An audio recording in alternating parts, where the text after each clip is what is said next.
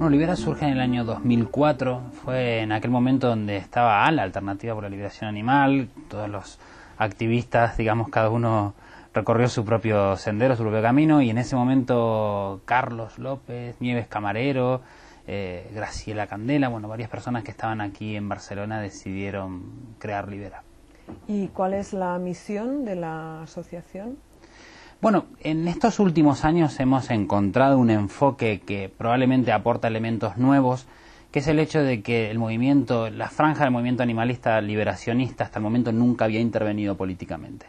Y probablemente nuestro rol en esta parte del movimiento, creo que cada organización tiene un rol, el nuestro probablemente sea que aquellos avances que se promueven a nivel general, en lo que se puede llamar lo que es la moral de la época, ¿no? en esa moral compartida por la mayor parte de los ciudadanos, lo bajen a título de ley, digamos, o sea, sean cimentados en título de ley. Y en ese sentido es donde creemos que tenemos un rol para cumplir. A la vez tenemos un ala bastante importante de la organización que sigue trabajando en la sensibilización. ¿Para qué? Para que justamente esa moral de la época sea cada vez más amplia y cada vez incluya más animales. Pero creemos que son dos elementos completamente diferentes, lo que es intentar legislar para poder ayudar a los animales en el corto plazo y lo que es trabajar la sensibilización para ayudar a los animales en el largo.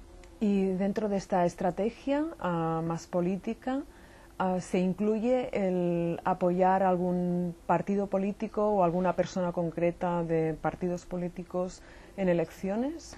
Efectivamente, nosotros lo que consideramos es que hay opciones políticas mejores que otras, opciones políticas que tienen alguna posibilidad real de acceder al poder, digamos, en diferentes administraciones, y en ese sentido lo que hacemos es tratar de sensibilizar cada vez más a la clase política, digamos, un poco la estrategia que siguen los partidos políticos animalistas, que lo hay en todo el mundo. La estrategia que ellos siguen es hacer política para, mediante los votos, llevar personas sensibilizadas al poder. Nosotros lo que tratamos de hacer es sensibilizar a las personas que ya están en el poder para que suman cada vez más políticas animalistas. Creo que en este sentido es como un buen complemento, digamos, ¿no? De todos modos, hay muchos ejemplos muy positivos, ¿no? A mí personalmente me tocó coordinar lo que fue la campaña de la abolición de las corridas de toros, de la plataforma PRO, y durante todo el trabajo que hicimos ahí, sin ninguna voluntad por mi parte, hubo un diputado que se hizo vegetariano durante esta consulta, ¿no? Entonces creo que en este sentido no son elementos que se puedan separar. Creo que toda esta acción política genera determinado debate social, ayuda a llevar el sufrimiento de los animales a la esfera pública y hace que también muchas personas reflexionen no solamente sobre las decisiones sociales que tenemos que tomar a nivel político, sino sobre las decisiones individuales que podemos tomar cada uno de nosotros para no perjudicar a los animales. Y es en ese sentido donde creo que esta relación funciona bastante bien, que hay bastante sinergia entre una cosa y la otra. Por lo tanto, sí, efectivamente nosotros apoyamos a algunas candidaturas políticas, no apoyamos a ningún partido en concreto. Hay partidos con los que tenemos más afinidad que otros. Está claro que sabemos todos cuáles son los partidos que probablemente nunca asuman una sensibilidad por los animales, pero sí es cierto de que hemos influido incluso en partidos como por ejemplo el Partido Socialista para que se creen bases de opinión dentro del partido que cada vez más exijan a los candidatos que lleven posturas animalistas. En Italia, por ejemplo, el apoyo político hacia los animales es más una cosa de derechas. Y aquí, en cambio, es de partidos que se autodenominan de izquierdas o ecologistas. ¿Ves algún problema en las bases de Libera entre la gente para que entiendan esta estrategia desde Libera? Sí, veo un problema porque particularmente estamos en España y en ese sentido nosotros, atendiéndonos a la coyuntura actual, veo bastante improbable que la derecha apoye cualquier política animalista, y como la mayor parte de la gente que está en nuestra estructura tiene una tendencia más hacia la izquierda, probablemente nunca nos hemos encontrado con ese dilema, o todavía no nos hemos encontrado con ese dilema, pero habrá que conversarlo en su momento. Para nosotros la única razón por la que estamos juntos en esta organización es por la defensa de los animales. Los otros elementos es teoría de conjuntos, podemos tenerlos como no tenerlos. En cualquier caso, sí que considero importante hacer un análisis histórico al respecto. Piensa que los primeros defensores de los animales en Inglaterra eran liberales. Justamente fueron los liberales los primeros opuestos a la experimentación en animales y cosas por el estilo. Y entonces creo que en ese sentido podemos dividir lo que hoy pasa en Inglaterra, se ha extrapolado a otras partes del mundo, que la derecha es un poco más bienestarista, la izquierda es un poco más liberacionista, pero ciertamente en España esa coyuntura no se da. Ni la derecha es bienestarista, ni la izquierda tampoco es liberacionista, por lo cual estamos en un país completamente diferente al momento de tomar decisiones en términos políticos. ¿Y apoyar al PACMA nos lo planteáis? Sí, apoyamos al PACMA. De hecho, por ejemplo, nuestra delegación de Castilla y León es una delegación que está prácticamente introducida en el PACMA y que apoya al PACMA en las elecciones y pide el voto para el PACMA.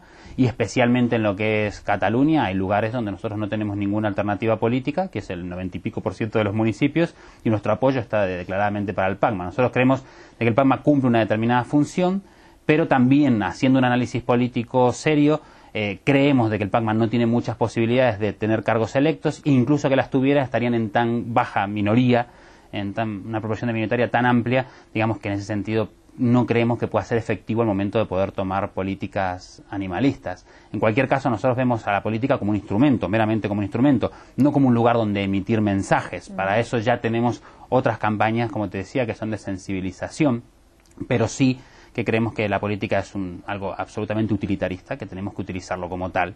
Y de hecho creo que incluso tenemos personas dentro de la organización que tienen un corazón más anarquista, se puede llegar a decir, que no están de acuerdo con la política, pero sí ven este elemento útil de la política y sobre todo al corto plazo. Yo pienso que la política es un elemento más de cortoplacismo que de otra cosa. ¿Dónde estáis trabajando actualmente?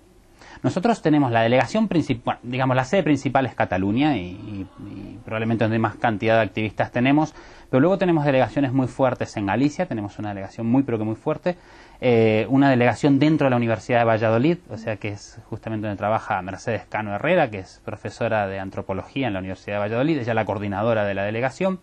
Luego tenemos en Madrid, que es una delegación que se dedica más que nada al lobby, porque en Madrid pues es lo que más hay para hacer, por decirlo así.